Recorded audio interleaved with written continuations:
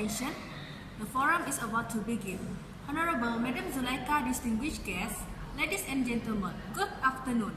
First of all, I would like to welcome you all to this presentation. In this occasion, we would like to present presentation from question and answer program.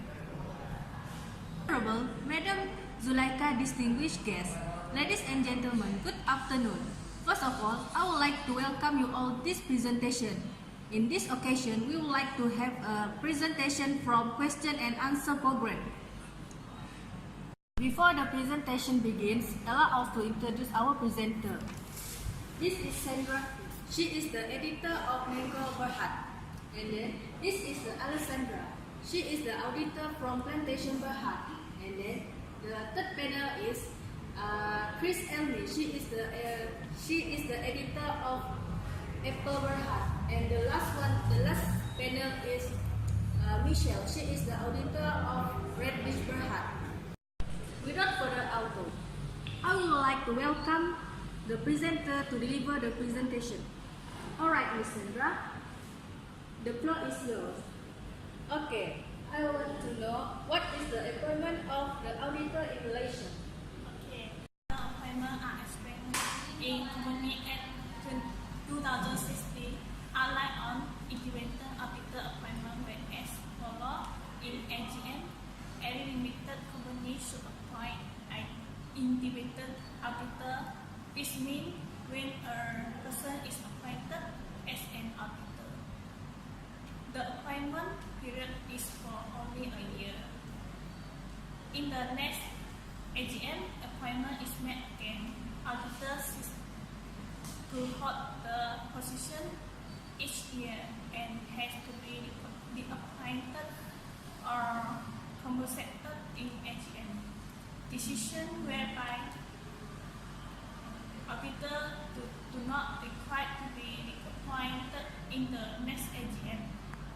As for if inherent auditor no longer has qualification to be appointed. For example, if he is indebted to the company exceeding 2,500 ringgit, or if he had turned into company official, if decision to retrench or replace auditor is already been passed in general meeting. For the first time appointment, auditor may be elected by director before or during first general meeting. Appointed auditor should hold the post until the end for first general meeting. If director had not made any appointment, company can make appointment in any general meeting before first general meeting. Appointed auditor also hold the post until the end of first AGM. Thank you, Ms. Sandra, for your information and your interesting talk. As to moving on the next panel, what is the right of auditor in event of dismissal? Can you explain about it? Right of an auditor is the event of dismiss. Auditor dismiss is due to age factor, immediate dismissal, and voluntary cessations,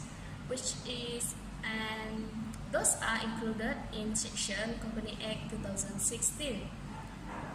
For the points is company auditor may be dismissed through resolution, which is not special notice during general meeting.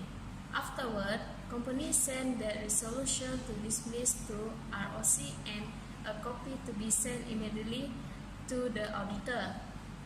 There is a situation where auditor may appeal not to be fired within 7 days. Within 7 days after copy of special notice accepted, auditor can make this presentation in writing to the company, which is not exceeding a reasonable period, and ask for consideration on this resolution before meeting is held. This representation copy should be sent by the company to the members to the company receive this notice of meeting. That representation should be read during general meeting. After company dismiss auditor, company immediately have to give notice to ROC. That's all for my points. Proceed to our moderator. Okay, thank you, Ms. Alessandra. Thank you for your sharing. Let's now next to our panel, Michelle. May I know what is about the profit loss account and balance sheet? Can you explain? Income, it is previously known as profit and loss account. Okay, it is envisaged as the act. It includes income and expenditure account, revenue and other account showing result of the business of a corporation. Meanwhile, statement of financial position, it was previously known as balance sheet. It must give a true and fair view of the state of the affairs of the company as at the end of the period to which it relates. Okay, I think that's all. Thank you. Thank you for your sharing. Let us to moving on the last panel, Miss Chris. Okay. Can you explain me about consolidated account? Okay, in consolidated accounting is used to group the financial information of a parent company and one or more subsidiary companies. A parent owns the majority of voting share of subsidiary company or otherwise has contractual control of the subsidiary. The parents prepare consolidated financial statement by adjusting entry and eliminating intercompany transaction. The parents file a combined tax return when it owns at least 80% of the subsidiary voting share.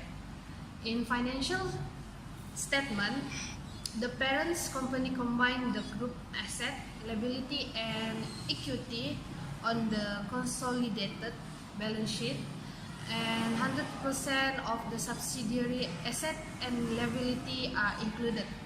Even the parents own less than 100% of voting share, equity owned by the parents is presented separately from the non-controlling interest of subsidiary minority shareholder. Although the parents can combine the non-controlling interests of multiple subsidiaries, parents also combine 100% of the group income and expenses on the consolidated income statement. The subtract any net income attribute to non-controlling interest to present the net income attribute to the parents company. In adjusting entry, the parents must enter a sum of period adjustment when preparing consolidated financial statement. For example, the parents must record any intercompany loans from the subsidiary to the parents and any interest earned by the subsidiaries for this loan. The parents may distribute overhead costs to the subsidiaries. If the parents runs a centralized account payable, it will distribute the related expenses to subsidiaries as appropriate. The same is true for payroll expenses arising from a centralized paymaster system. The parents make the usual end of period adjustment for accrued and prepaid item to complete the adjustment process. For intercompany transaction, after adjusting the parents and subsidiary account, The parents reserve intercompany transaction between itself and its subsidiaries. This transaction may include intercompany sales, interest, and other expenses. In addition, gain and loss from the intercompany sale of assets are eliminated.